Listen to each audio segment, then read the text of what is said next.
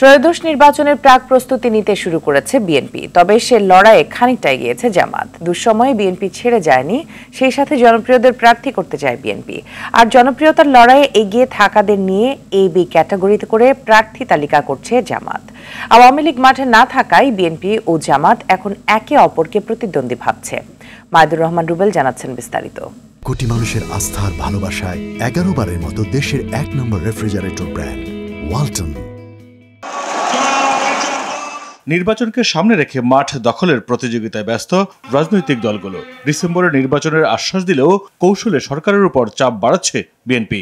নিত্যপণ্যের দাম সহনীয় রাখা, আইন শৃঙ্খলা পরিস্থিতির উন্নতি ঘটানো, নির্বাচনের রোডম্যাপ ঘোষণা এবং ফেসিবাদীদের নানা ষড়যন্ত্র মোকাবিলার দাবিতে সারা দেশে 67 সাংগঠনিক জেলায় সমাবেশ করছে বিএনপি।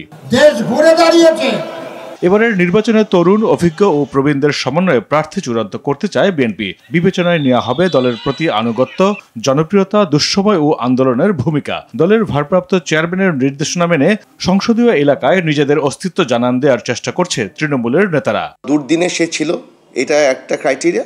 আরেকটি হলো তার নামে যদি কোনো প্রকার এলিগেশন থাকলে সে পার্টিতে নমিনেশন পাবে না, এটা মোটামুটি সবাই নিশ্চিত হয়ে যাচ্ছে।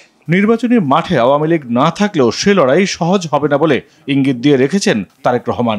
এমন বক্তব্য ধারণ করে শক্তভাবে সাংগঠনিক পুনর্গঠনের পাশাপাশি নির্বাচনের প্রস্তুতি সেরে নিচ্ছে বিএনপি। দুঃসময়ে যারা বিএনপির হয়ে কাজ করেছে, প্রার্থী বাছাইয়ে তারা গুরুত্ব পাবে বলে জানান দলটির ভাইস চেয়ারম্যান শামসুজ্জামান দুদু। বিএনপি দীর্ঘ একটা আন্দোলন সংগ্রাম লড়াই করেছে, ওখান থেকে কিছু মানুষ কিন্তু উঠে এসছে, নেতৃত্ব উঠে এসছে, শুধু ঢাকা না সারা বাংলাদেশে। তারাই অগ্রাধিকার পাবে, কারণ এটা আমার পার্টির অ্যাক্টিং চেয়ারপারসন ইঙ্গিত করছে। গুঞ্জন রয়েছে 300 আসনে প্রার্থী দিলেও শতাধিক আসনে শক্তভাবে প্রতিদ্বন্দ্বিতা করতে চায় জামায়াত। সেই লক্ষ্যে প্রায় অর্ধশত সভা সমাবেশ শেষ করেছে দলটি।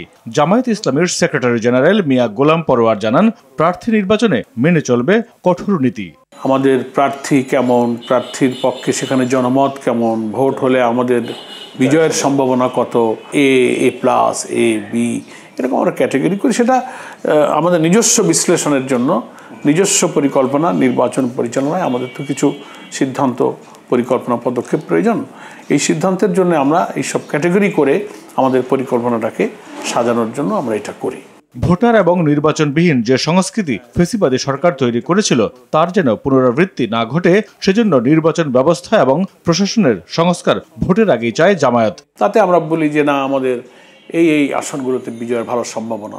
মাইদুর রহমান রুবেল, RTV, ঢাকা। বলছেন যে না।